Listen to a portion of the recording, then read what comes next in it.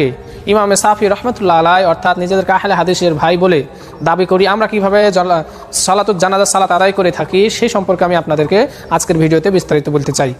তো প্রথমে আমরা নিয়ত করছি আল্লাহু আকবার, এই বলার পরে আমরা তাকবীর দিয়ে হাত বেঁধে নেব। আল্লাহু আকবার। হাত বাঁধার পর আমরা সানা পড়ব। সানা পড়ার পর আউযু বিল্লাহ এবং বিসমিল্লাহর সহিত সূরা ফাতিহা পড়া শুরু করব।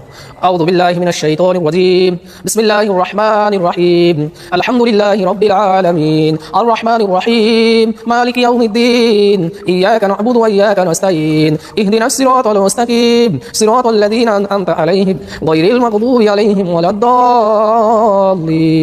আমিন।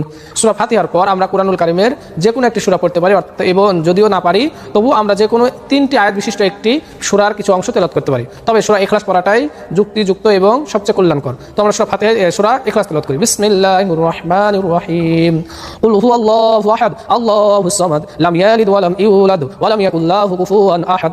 যখন সূরা ফাতিহার সঙ্গে সূরা ইখলাস তেলাওয়াত বা অন্য যে কোনো সূরা তেলাওয়াত হয়ে যাবে, তখন আমরা আবারও কাঁধ বরাবর হাত উঠিয়ে আমরা দ্বিতীয় তাকবীর দেব, আল্লাহু আকবার। দ্বিতীয় তাকবীর দেওয়ার পর আমরা নামাজের মধ্যে যে দরুদ পড়ি সেই দরুদটি পড়ব।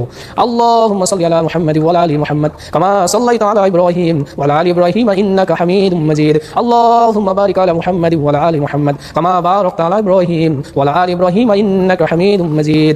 দরুদ ইব্রাহিম শেষ করার পর আমরা পুনরায় আবার তাকবীর দেব, তৃতীয় তাকবীর, আল্লাহু আকবার।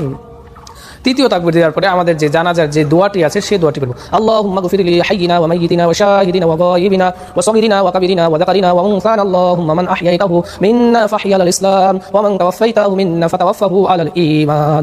এই তাকবীরটি, এই দোয়াটি পড়ার পরে আমরা চতুর্থ তাকবীর দেব, আল্লাহু আকবার।